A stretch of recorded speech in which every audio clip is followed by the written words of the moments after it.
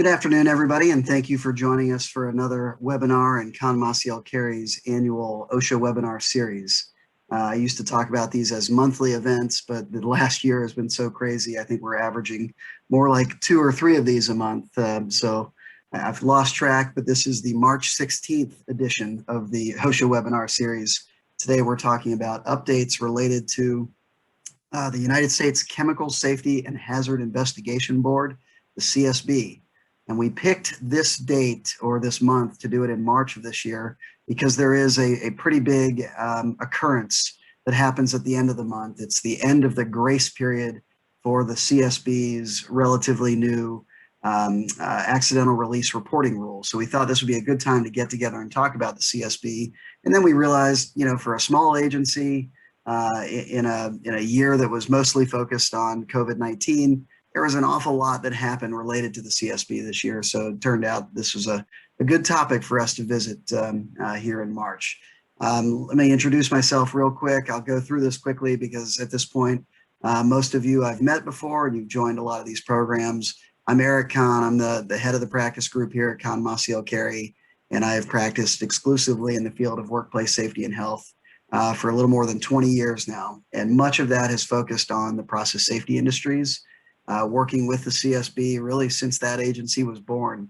I recall working on the very first deployment that the CSB went to at a petroleum refinery on the East Coast, and work with employers through all manner of workplace safety and health issues, from appealing OSHA citations to proactive work on programs and auditing and things like that. And over the last year, have really been focused heavily on the COVID-19 issues in the workplace.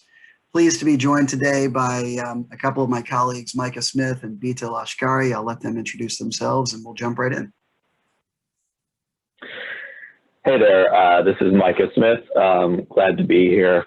Like Eric, I've been focused entirely on workplace safety and health, and especially the chemical arenas, process safety, accidental release, those kinds of incidents and clients. So glad to be here talking about the CSB, which is of course becoming a more and more important part of our practice given the recent developments. So I'll hand it off to Beeta.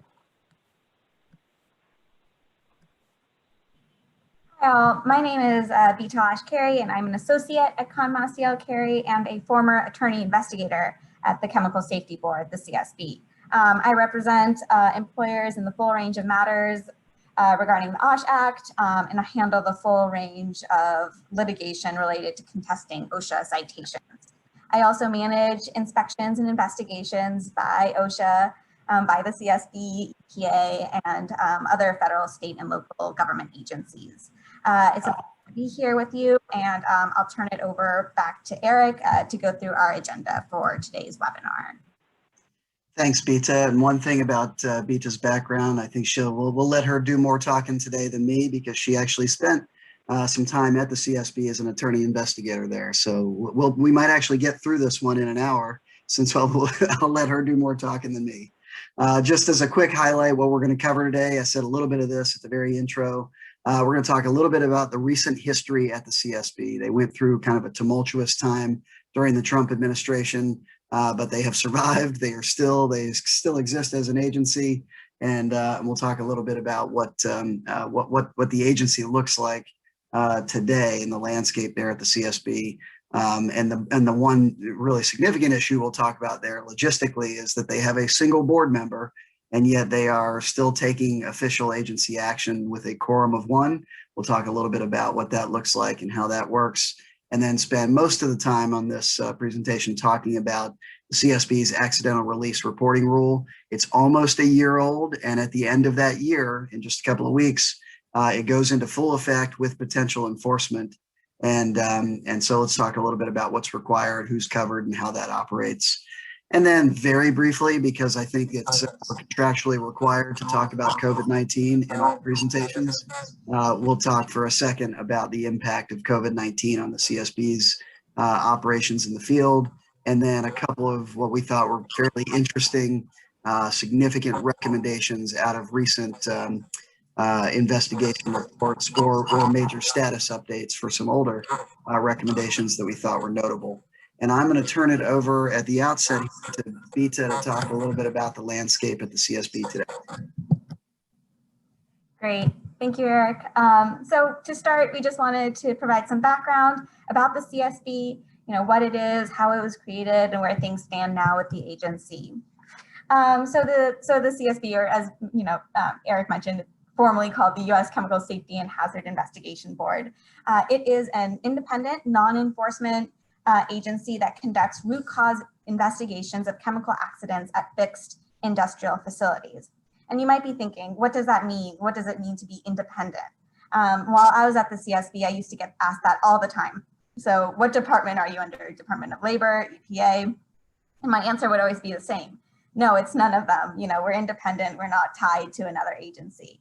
And Congress did that on purpose. Congress designed the CSB to be non-regulatory and independent of other agencies so that its investigations could focus on reviewing the effectiveness of current regulations. One thing the CSB will almost always do, after their field work and when they're ready to, start determining root causes of the instance, is ask, are there any regulatory gaps here? Or is there a regulation, but is it unclear? How could this catastrophic incident have occurred under the current regulatory scheme? So those are the types of things that the CSB will look into. And that was a large part of what I did during my time there. And Congress recognized that if the CSB was tied to OSHA or to EPA, that it would be harder for the agency to look at OSHA or EPA standards objectively. So that is why the agency was created to be independent. Another important characteristic about the CSB is that it is non-regulatory. The agency does not issue fines or citations, but rather makes safety recommendations to facilities, regulatory agencies, trade association, labor groups, and others. The CSB is always looking to make the broadest safety impact that it can. So really there's no limit on who the CSB might make a recommendation to. And there's no penalty for not following a recommendation, but the CSB does track its recommendations very closely and works with recommendation recipients to achieve closure of the recommendation. So there's a whole recommendations department, dedicated solely to ensuring that the recommendations made are completed, and they do a really fabulous job of that. Currently the CSB has made a total of, I think, about 840 recommendations. And has closed about 90% of those. So definitely a lot of improvement there. So moving on to the makeup of the CSB. The CSB is composed of 5 board members who are appointed by the president and confirmed by the Senate. And board members serve fixed 5-year terms, and the board chairman serves as CEO. And I'll come back to this to talk about the board's current makeup in a couple of slides, as Eric alluded to, but that's just kind of generally how the CSB is governed. What about investigators? What do they do? As you might expect, they conduct all the field work type activities that you might expect OSHA inspectors would do. They gather evidence through photo documenting the site, taking samples and sending them to independent labs for analysis. Reviewing pages and pages of companies' records, safety records, and so on. They also, of course, conduct witness interviews. But I would say these tend to be pretty different from OSHA inspection interviews. The CSB is not asking questions to determine compliance, right? Because the agency is non-regulatory. So rather, they'll ask sort of broad safety related questions that they think might be pertinent to the root cause of the incident. And in addition to all the field work, CSB investigators also write the reports that are eventually put before the board for board vote and if approved are published. After gathering evidence, the investigators will go back to the office and start reviewing everything. And sometimes they might determine that a follow-up visit to the site is warranted.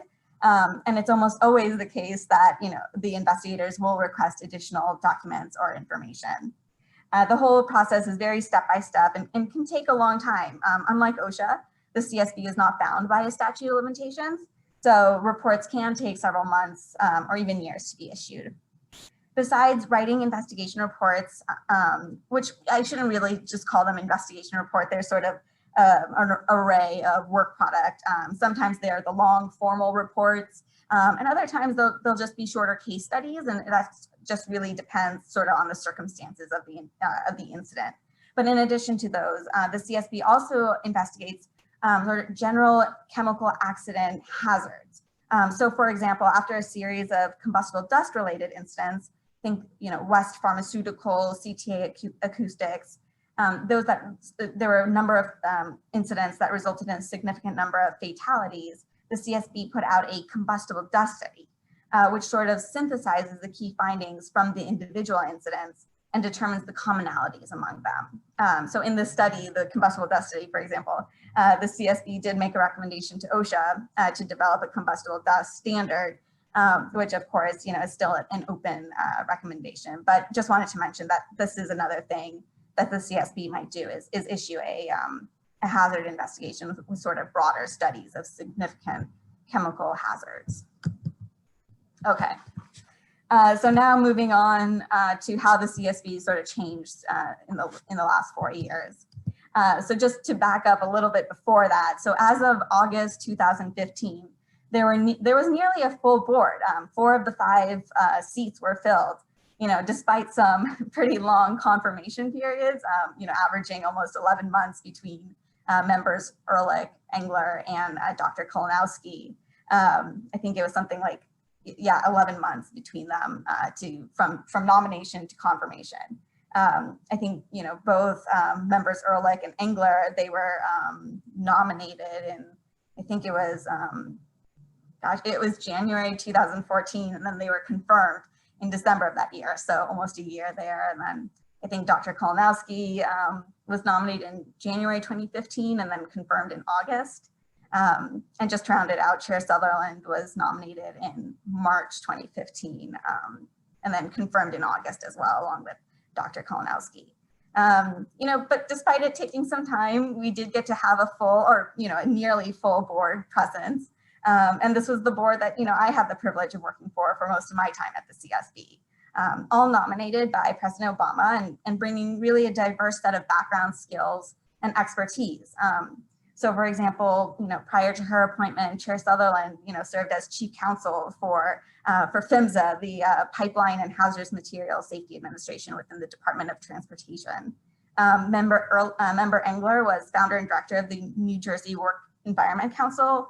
Member Ehrlich spent much of his career with Bass Corporation and, really leading emergency response efforts there. And Dr. Kolonowski was a research staff member in the Institute for Defense Analysis, Science and Technology Policy Institute, and has really significant background in nanotechnology. So just a really, really diverse set of skills and expertise. Okay, and then, with the change of administration in March 2017, we get some pretty startling news. The CSB is on the elimination list in the fiscal year 2018 budget proposal. And, I can still certainly remember that day and learning about it and all the sort of the feelings.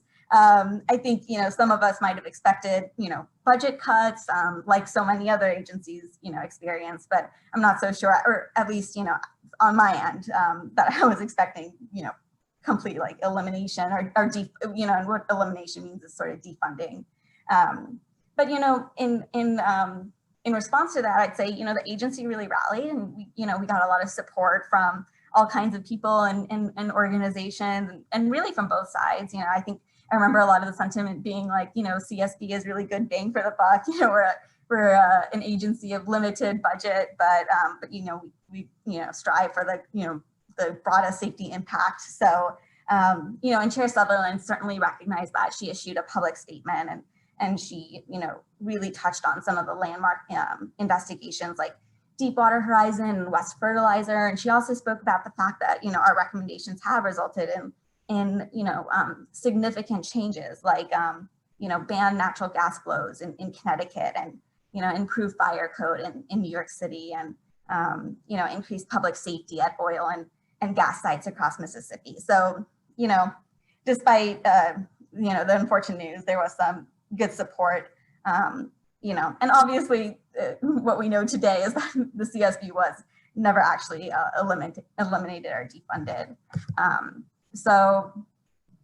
that's despite, not just the one proposal, but a few others that subsequent proposals we were still up for elimination. And despite this, it's actually kind of strange because you'll see on this chart here, the budget actually did increase a little bit. There had been this historical sort of $11 million budget for some time, and it did get increased to 12 million. But I would say sort of countering that is there was sort of, CSB did see the early departure of 2 board members and loss of professional staff, especially, you'll see in the between fiscal years 2017 and 2018, going from a professional staff level of 38 to 29. So about a loss of about 25%. And you'll notice again at the top of the chart there that the number of board members went from 4 to 1, which is what we'll speak about next. So this whole Quorum of One issue, which is kind of all new territory. But let's just start with how did we get to 1 member? So the first departure, I guess, was that of Chair Sutherland. And when she resigned in June 2018, before the end of her 5-year term, which would have been August 2020. So then then the next departure occurred when board member Ehrlich's term just naturally expired in January 2020. And then very shortly after that, we had the expiration of the board member Engler's term in February 2020. But this is not actually the Quorum of One that we're talking about, even though it might look like that on the slide, because quickly after that, we did see a nominee get confirmed. So what happens is Chair Lemos, who had been nominated in June 2019, and I think in September had gone through the Senate Committee on Environmental and Public Works. She did get confirmed by the Senate in March 2020. So that was quickly after member Engler's departure. But then just a month or 2 in, Dr. Kolonowski announced her early resignation in April, which I think became effective May 1st. And Dr. Kolonowski would have been, her term would have expired in August 2020, I believe. So this is actually how we've ended up with a Quorum of One. And it's sort of been this way, since the beginning of May. So what does all this mean and why is it important? Well, first of all, we want to mention that we do think new members will be nominated by President Biden. Of course, COVID-19 is a top priority, and we saw President Biden issue an executive order. I think on his first day of office, more or less kind of directing OSHA to develop a national emphasis program, which it announced on Friday, and to issue an emergency temporary standard on COVID-19. So obviously that's sort of taking up, I'd say, the White House's, priorities right now. But we do expect in time that President Biden will make nominations. And the only downside to that is that, of course, as I mentioned before, there is some time period between nomination and confirmation. We don't know what that will look like exactly, but anyway, that's all just to say we do expect nominees, but we don't think that in the next month or 2 that any board members will be joining just because of the confirmation process. So anyway, why does all of this matter? And this gets to our second point on the slide here, the sort of this legality question. So as laid out in multiple board orders, the board must approve certain things. So investigation reports, safety studies, regulations, budget approvals, those types of things. So the quorum issue is really important in that respect. But the regulation on quorum voting is not so clear on what happens in the event that there is only 1 board member. We know that 2 board members can make up a quorum and that a simple majority carries the vote. If there's a tie, there's no action. But the regulation does not speak directly as to what should happen in case there's only one board member. And on top of that, questions about it were raised by the OIG, which is the Office of Inspector General. They sort of have, oversight over government agencies. So in a July report, the OIG said things like, the CSB regulatory language, provides the process to establish a quorum. However, the regulatory language lacks clarity. For example, it leaves open whether a single board member may constitute a quorum. And then it has this little note that says, if a quorum of one is permissible, then under the current circumstances, the chairperson would necessarily be exercising both the executive and administrative duties reserved for the chairperson and the authorities of the board. And then it says, however, Government Accountability Office standards, or GAO standards, provide for this segregation of duties. That's, to reduce the risk of error, misuse, or fraud, and, so that no individual controls all key aspects of the transaction, and then it goes on to say sort of what I spoke to briefly about before, the chairperson exercises the executive and administrative functions of the board, but the board as a whole must approve investigation reports, safety studies, regulations, get budget approval, and all of that, those types of things. So having a board of a quorum of one, even if permissible, this is what the OIG wrote is impairs the CSB mission for reasons of both workload management and separation of duties. A single board member is unlikely to have all the technical qualifications or time to perform the required board duties, and CSB staff cannot assume board-specific duties. Therefore, even if a single member is permitted to form a quorum, the CSB's work will be impaired. So some pretty strong words coming out of the OIG report. But our understanding is that the CSB is considering it to be legal, and it's relying on internal guidance from its Office of General Counsel, as well as I think the unique circumstances around the pandemic. I believe those were sort of mentioned as justifications during the September Sunshine Act meeting. And from a practical perspective, it does look like the board is operating. There have been sort of numerous board votes on recommendation status changes. There was a vote on the closure of the CSB's Denver office, votes on agreements for technical support service contracts and so on. So and most importantly, is the CSB also is deploying to incidents. So at least for now, it looks like the board is continuing to function. But I do think all would agree that a fuller board would be advantageous. And one thing we've been hearing recently is the board might be considering allowing staff to take on some of the some administrative actions assigned to the board.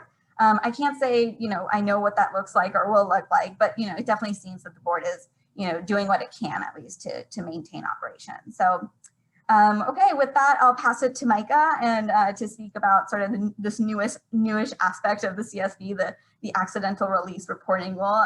Like Eric mentioned, that issued last year, but sort of comes into full enforcement effect in just a few days, actually. Thank you, Beeta. All right, so we'll cover this, and I'll say as kind of an intro, we're going to cover some of the facts, some of the details of the requirements, and what you have to do under this. We'll cover some of the history, and we'll also cover some of the complaints or concerns that we have about this rule.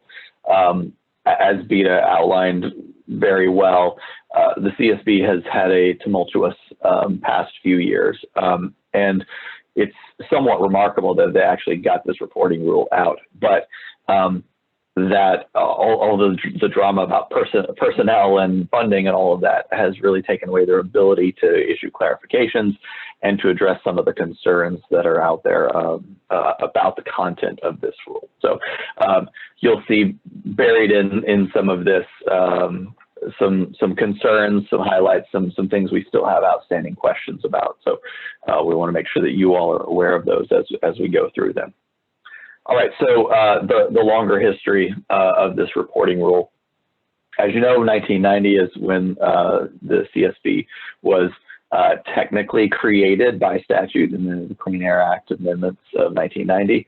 And in that statute, there was created the requirement for CSB to issue reporting regulations.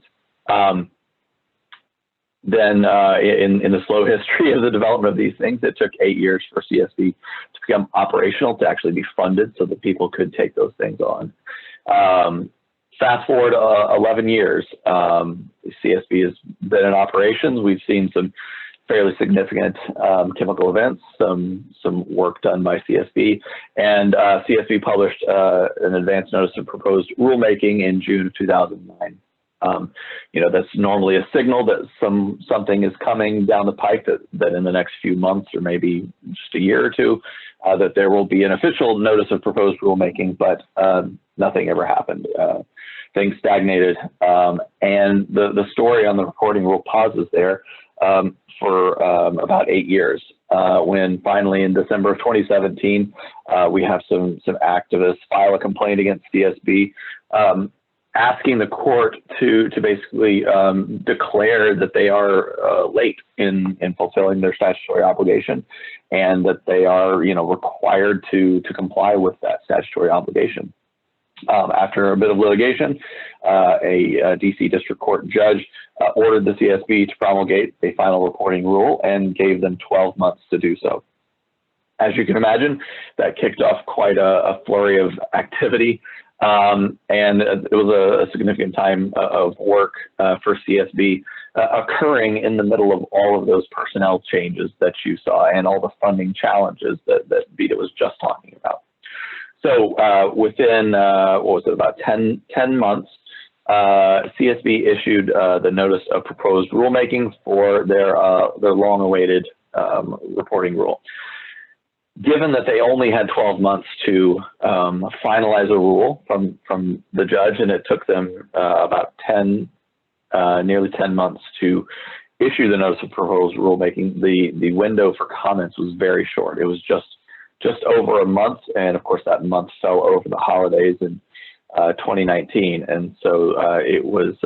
I know that it was a rush for various trade organizations and affected industries to draft and submit comments, but there were some comments submitted. The deadline then for the rule was February 6th, and the CSB completed the rule, and the final rule was finally published in February of 2020, as you recall, right before the world ended with COVID. So you can see with the timelines there, between December 12th and January 13th, very little time to submit comments, and then from January the 13th through February 6th, even less time for comments to be considered and changes made to the rule. So you could already, if you haven't heard us talk about it before, you know that some of our concerns are about the agency's ability to have considered those comments and to have made real changes that might take into account situations or concerns that they didn't think about during the time they were writing the rule. Leaving that aside, though, one positive thing in the final rule was that CSB gave a 1-year grace period for compliance. It was a little tricky because it was a grace period that was granted, but not unequivocally. There, as you see there, we've got the text that CSB wouldn't refer violations to the EPA unless there's a knowing failure to report. Now, you can ask if you're an industry and you're well read and you're keeping up on things, you probably heard about this rule, and so it seems to us that there was some risk of folks being referred for enforcement on a knowing basis if they were late or they didn't get things done on time, because there's been a fair amount of publicity around this, and if you're in a significant sized company, you probably did hear about it. So it was a grace period that didn't feel we didn't feel as good about that as we had hoped we could. All right, moving on to the next slide. Let's cover then some of the substantive requirements here, and we won't spend a lot of time on it. There's a lot to be read and written about here still, but we will flag the basic requirements and then some of the ambiguities that still exist in the rule that we're watching. All right, so the fundamental requirement is that the owner or operator of stationary sort must report to the CSB an accidental release that results in one of these three things: serious injury, substantial property damage, or a fatality. That report has to be made within 8 hours, and it has to be via the mechanisms that CSB has established. Right now, that is either a phone call to the DC number, or you can use a form, a PDF that can be completed and sent in to the agency. That is the basic requirement. There's one wrinkle for incidents that, or for a release that also requires a report to be made to the National Response Center. If you are required to make a report to the National Response Center, then you may comply with the CSB reporting rule requirements by calling them within 30 minutes of making the NRC report and providing the NRC ID number. We deal with folks sometimes who we're trying to sort out, has CSB given us 8 hours, but actually taken that away when there's a call made to the NRC. Our answer to that generally is that no, you always have the option of taking up to 8 hours to submit the report to CSB. But if you want to skip some of the details and not have to report twice, then you have the option of making that follow-up report to CSB with your NRC ID number, but that does have to be done very quickly. All right, let's break down some of these requirements. One thing, so I skimmed over this in the previous slide and said, you have to report any accidental release. Well, it's not any accidental release, right? You spill coffee, you don't have to report that. But what you do have to do is you have to report an accidental release of a regulated substance or extremely hazardous substance from a stationary source into the ambient air. All right, so coffee's out. What is in? Fortunately, regulated substance is a fairly defined term, so you can go into the regulations and see what are the hazardous air pollutants listed, and clearly which substances those are. Those are the usual suspects that we deal with, whether we're talking about RMP type issues. It's that class of materials that we all know about and we kind of expect. On the other substance that has to be, if it's accidentally released, that you have to be reported is a bit more vague, and it's an extremely hazardous substance. This is not a term that is extremely well understood. It doesn't point to a specific list of chemicals or types of things, and so there's some debate about what this might be. The definition in the rule is that it's a substance that may cause death, serious injury, or substantial property damage. I think we all know that there are many things, even as nominally harmless as water, that can cause death or serious injury if they are misused. And so that's caused a fair bit of consternation among folks asking about some of these chemicals, or we might not even think about them as chemicals, that you have in your facility that could cause death or serious injury. If someone drowns in water, is that something that's going to be covered? Is that an extremely hazardous substance? You could make the argument that it is, but that seems somewhat nonsensical right off the bat. So this is an area where there's still some concern about what this means and how broadly to read the regulation. So we'll leave that ambiguity there. The other issue here then is a definitional issue is what's a serious injury. This one is fairly simple. the CSB interprets it as an injury or illness that results in death or inpatient hospitalization. This very much mirrors OSHA's hospitalization reporting rule, so this one is an area of tremendous concern. Going to the next slide, another fairly ambiguous area, something that we've heard concerns about, is the definition of substantial property damage. CSB gave us a very clear threshold. It's $1 million. So if you are under $1 million in property damage, then you're fine. If you're over it, easy. It's easy in some circumstances to tell that.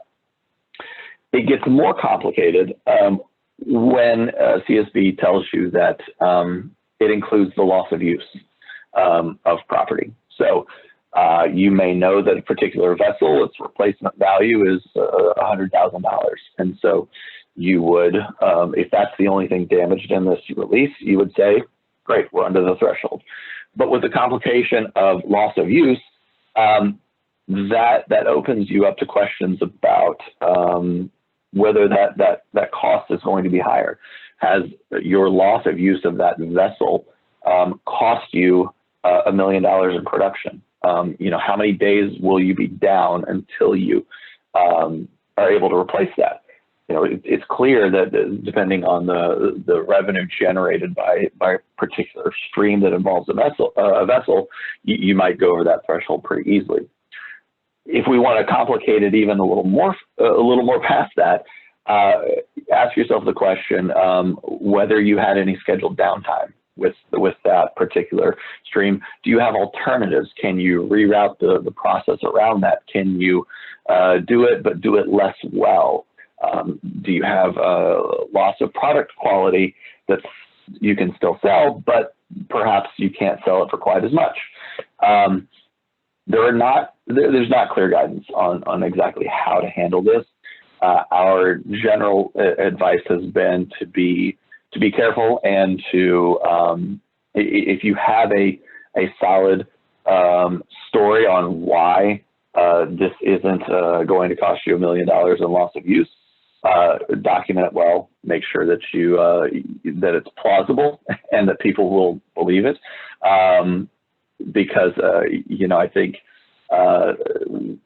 regulators are skeptical with creative arguments sometimes, and when it comes to a reporting rule to a nominally non-regulatory agency, then it seems like that might be you might be better off erring on the side of reporting as opposed to carving off some sharp edges and claiming it's not reportable. The last complication there is it also can include outside property damage. So if the release goes off-site and damages someone else's property, you're going to have to include that in your calculation. Of course, you don't get to walk out immediately after release and have an instant idea of what the property damage is.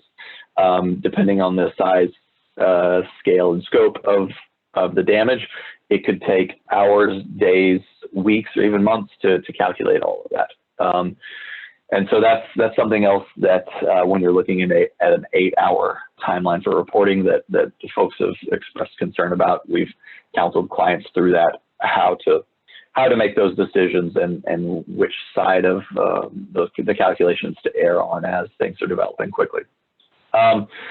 In the rulemaking, CSB acknowledged that they have historically focused on fatalities and injuries rather than on property damage. And in fact, almost all CSB investigations have involved fatality or serious injury as opposed to property damage. So, this is out there, and it's unclear whether CSB has any guidance in the works to make this easier for the regulated community to deal with, or if they might be persuaded to drop the property damage element. But that's for now, that's in the rule, and it's something that has to be addressed. Moving on, we'll skim through this very quickly. What has to be in the report to CSB? Now that CSB has a fillable PDF on their website, a lot of guesswork has been taken out of this. You can use these use these bullets to help you guide you through collecting information right off the bat. But in the circumstances we've helped clients with, it's very useful to have CSB's fillable form right there in front of you. And as you're gathering information, be looking at where to drop information in. Even if you're going to be calling in the report, it's a good idea to use the form and run through it. Of course, the information is basically what you would expect: time, location of release, a description of it, what kind of materials were involved, what are the consequences? Are we looking at serious injuries, fatalities, or property damage? And then one that they always ask about that sometimes there are questions about how to interpret is, was there an evacuation order and whether people were evacuated? Sometimes it's very clear, especially if there's been a community evacuation, that it occurred. Other times, if you are, if there was a release in a fire, you almost certainly would have evacuated a certain number of employees, but perhaps they didn't evacuate the facility. They just reported to muster points for accountability purposes. There's a little bit of question about whether that qualifies as an evacuation order. That's probably not a significant area of concern because it's not involved in the trigger for whether you have a reportable release. So that's not one we worry too much about. All right, moving on. Where do we go next? What's in the future? As Beeta noted, the grace period is ending within, I guess it's a week from today. When this occurs, then CSB has said, they will begin forwarding suspected violations to EPA for enforcement, and EPA can take action on those and issue penalties and begin civil or criminal actions based on those. It's unclear how common this will be. Not reporting a covered release within 8 hours is a violation of the rule, but it's not clear whether CSB is going to police that line very aggressively and report everything to EPA, and it's also not clear whether EPA is going to take action on those things. EPA tends to be a very busy agency, and this may not be high on the priority, though they may find it a useful tool to go after companies that they may have a desire to go after. So we'll keep an eye on that. And another issue that we're concerned about how things develop is the publication of reported information.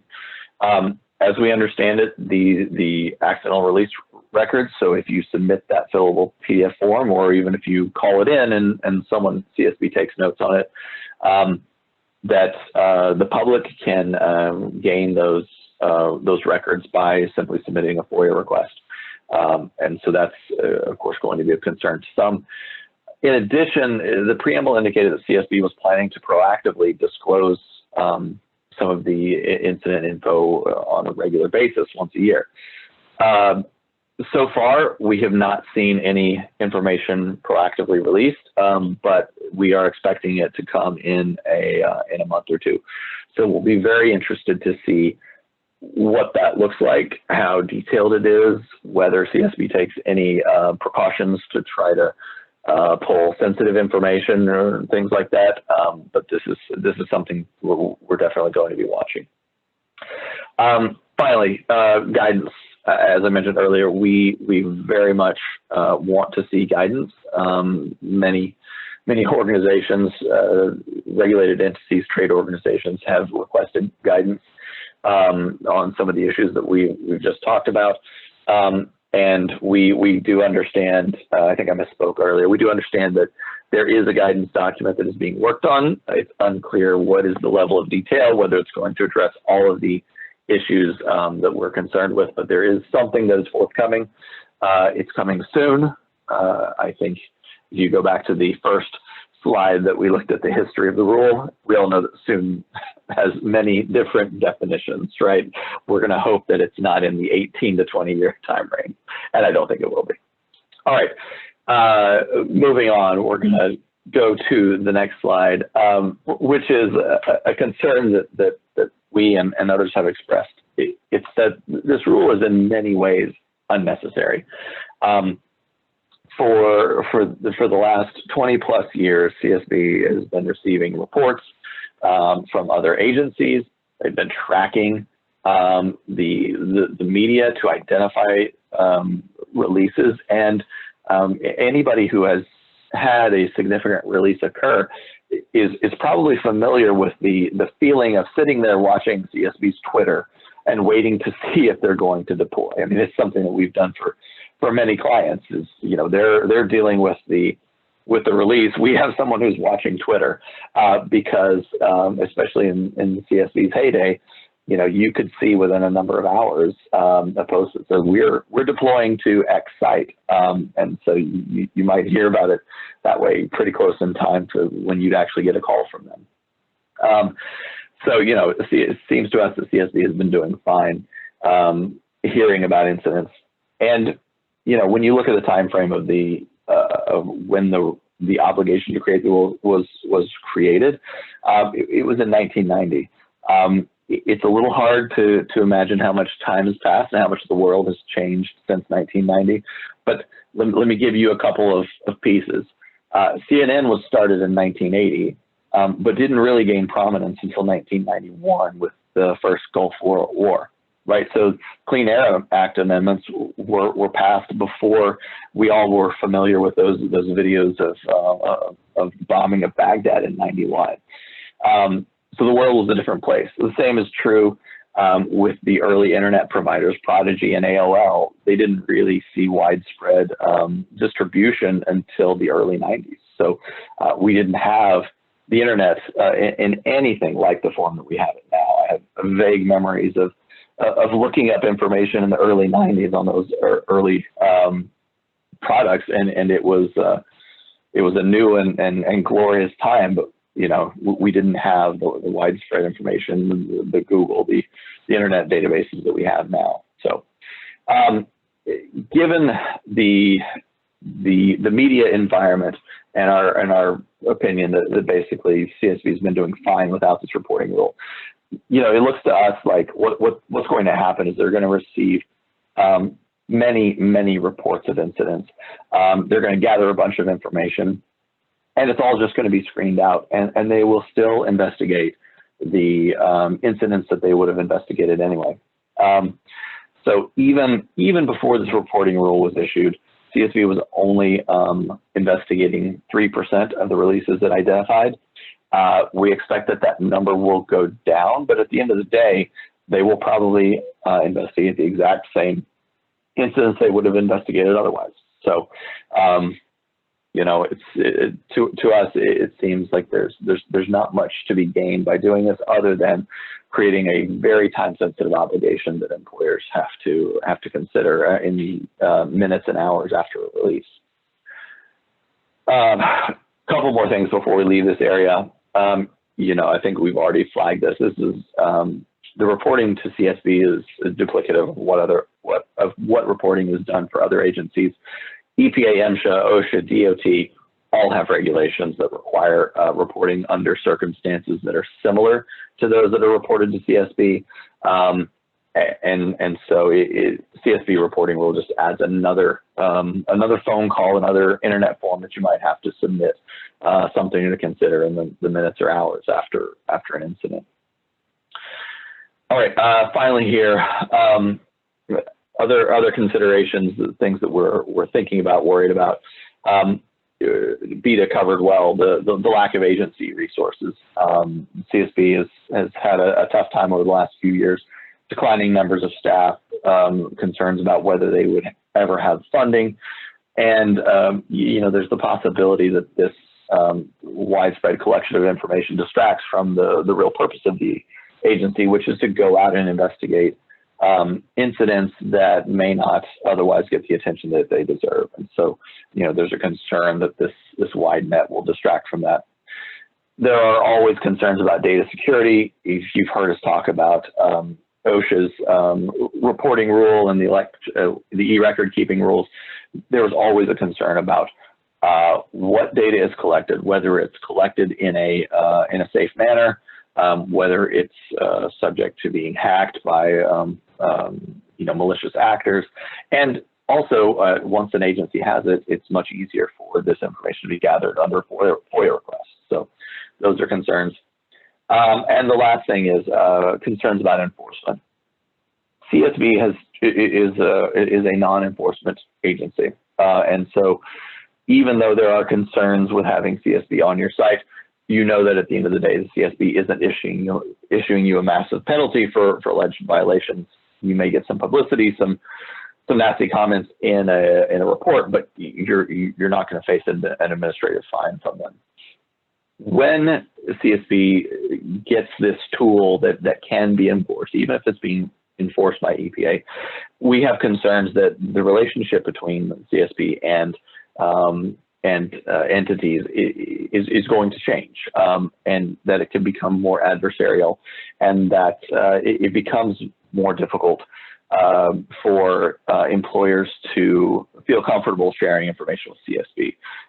CSB's ability to produce good work product is really premised on their ability to get information and for companies to submit information freely and without concern about enforcement. So giving CSB an enforceable regulation does potentially challenge that. So those are the things we're looking at. And with that, I'll pass it back to Eric, I think, for talking about the pandemic yet again.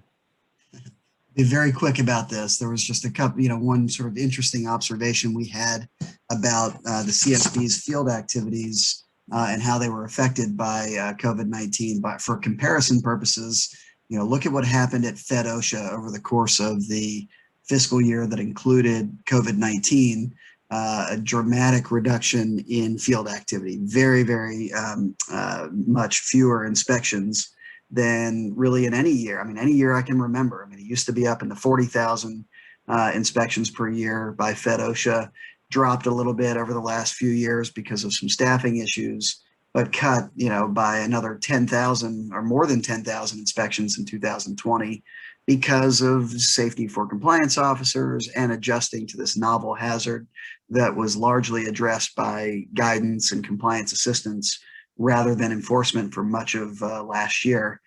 The flip side of that is the CSB's response to COVID-19, and that is that they seem to be largely unaffected by the pandemic. Again, this is a fiscal year, so it includes a few months before the pandemic was really upon us. But you can see they actually increased the number of deployments that they responded to during the year, almost as many as they did in the entire term during Trump's term. And I mean, I think the big takeaway here is that these are not COVID related responses, right? These are related to significant events that the CSB responds to kind of regardless of the circumstances. Now, what they did in the field was quite a bit different. There was a lot more virtual discussions with employers and interviews and gathering and reviewing documents remotely, only to be visited in the field perhaps later, after the vaccination, after we get past this crisis. And they have that luxury at the CSB that OSHA doesn't have. OSHA has that strict 6-month statute of limitations, and CSB technically has no statute of limitations, although they strive to get their work product done in a few years as opposed to a few months like OSHA. So they could deploy by initiating an investigation, but being very careful and very limited in the field activities, at least for the time being. So it'll be interesting to see if the work product of these 7 deployments, or even the 2019 and 2020 deployments, ends up being slower in process than the historical average because of COVID-19. But as an initial matter, they responded to the, it seems like they were not limited in responding to anything that they would have otherwise. So that's the COVID impact that we saw on the CSB.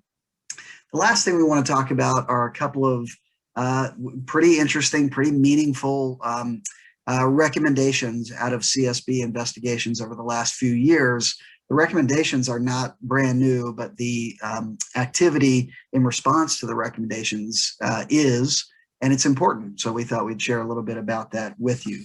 The first one arose out of the Arkema incident, where as a Hurricane Harvey, I believe, caused significant impact on the facility there, because they were not able to effectively, shut down and safe some equipment that contained a chemical that, if it wasn't properly maintained at the right temperature, could have these significant impacts. And that happened because of power loss, because of massive flooding. And one of the recommendations out of that was not to Arkema from CSB. In fact, CSB was fairly complimentary of Arkema's overall process safety program and emergency planning, and that this was, somewhat an unforeseeable or such a significant natural event. But what the CSB did say was, there's a real lack of guidance, industry guidance on planning for extreme weather events. And CSB called on CCPS in conjunction with, never mind, the USW is on the next recommendation, but called on CCPS to put together some guidance about planning for natural hazards. And in response to that recommendation, CCPS did issue in 2020 a very useful guidance document about planning for natural disasters. And in general, it included kind of a 7-step process. The first is to identify what natural hazards might exist, might be present, that could affect your facility, and that looking generally at meteorological and geological types of hazards. And one of the things they did was say, go out and look for data that would tell you what those hazards are, how significant they are, how likely they are to occur, and if they do occur, how big of an event can it be. And they recommend in their guidance where you might look for that data, and insurance carriers are a principal source of data for that. They've developed good specific natural event reports for different regions of the country. So identify what natural occurrence or natural hazard could occur, how big of an event could it be, and then use that data for a series of planning activities and considerations for how you design and operate your facility. And that includes things like evaluating facility design criteria based on those consequences. In particular, identifying equipment and systems which may be critical to supporting operations, which may be important to protect from which may in turn cause you to build in additional protections for those systems. And the example would be something like your emergency power system may be really important for continued operation during a natural disaster, whereas other equipment like your maintenance shop equipment is less important. So it's not just about building in factors to protect against the impact of a natural disaster on the entire facility, but on those special aspects of your facility that are critical either to respond to the natural disaster or to avoid a process safety event. So, for example, equipment that, if it's compromised, could lead to a process safety event. Understand how that might be impacted by a natural occurrence, and to build and design your facility and equipment and systems to account for that. And then the end of that guidance talks about doing risk assessments based on having identified the hazard, how bad it can be, and what your critical equipment is. Do a risk assessment to identify what, like you do in a PHA, what mitigation measures should you take to prevent those bad outcomes from occurring in the event of a natural hazard. And then in addition to that sort of design criteria, also thinking about your emergency planning and recovery planning and recommissioning should all be parts of the factors that you consider in the context of natural disasters. The next big recommendation came out of, I believe it was the BP Texas City incident. So this is an older recommendation, but some activity just earlier this year. In fact, one of the recommendations that came out of that was that there should be a consensus fatigue standard for the petroleum refining industry. And CSB actually issued this recommendation to to API, or really an ANSI consensus standard making bodies, in conjunction with union representatives. And API and the USW work together to develop a fatigue prevention guideline document. And it's API RP 755. The second edition was issued this year earlier, and it's called the Fatigue Risk Management Systems for Personnel in the Refining and Petrochemical Industries. And there are a couple of interesting elements to that. I encourage everybody to take a look. You operate in those spaces. This is the sort of document that, even though it's not a regulatory standard, these have a way of making their way into OSHA enforcement actions. And as OSHA picks up steam with its chemical facilities and petroleum refining, PSM NEP with a heavy focus on RegAGEP, you look out for issues like this, how OSHA might take advantage of a standard like this in an enforcement action. And as a general rule, this guidance sets some criteria, uses some shall language, so look out for that, for normal operations, for outages, and then set some exception criteria. But during normal operations, they look for total hours, including handoffs, holdovers, and overtime, shall not exceed 14 hours per shift or 92 hours per work set. And the work set is, several days on, several days off, and they set some specific criteria for that. During outages, turnaround, shutdowns, startup activity, total hours, again, 14 hours per shift shall not exceed, or 182 hours per work set. So it's an interesting document. Take a look at that if you haven't already, and see if you are accounting for some of those issues in your procedures at your facility. So that is kind of the long and short of it, what's been going on at the CSB over the course of the last year and looking ahead. I think we got this done in exactly an hour. I'm really proud of that. We usually don't do that. Thank you for joining us, everybody. And do let us know if you have any questions. Shoot us a note, give us a call. We love talking about this stuff, and we'd love to be a resource for you. And also, please do check out our blogs, the OSHA Defense Report, and its new sister blog, the Cal OSHA Defense Report, and continue to join us for our monthly OSHA-related webinars. And enjoy the rest of the day, and happy getting your vaccine soon, I hope. We'll talk to you and hopefully see you all soon as a result.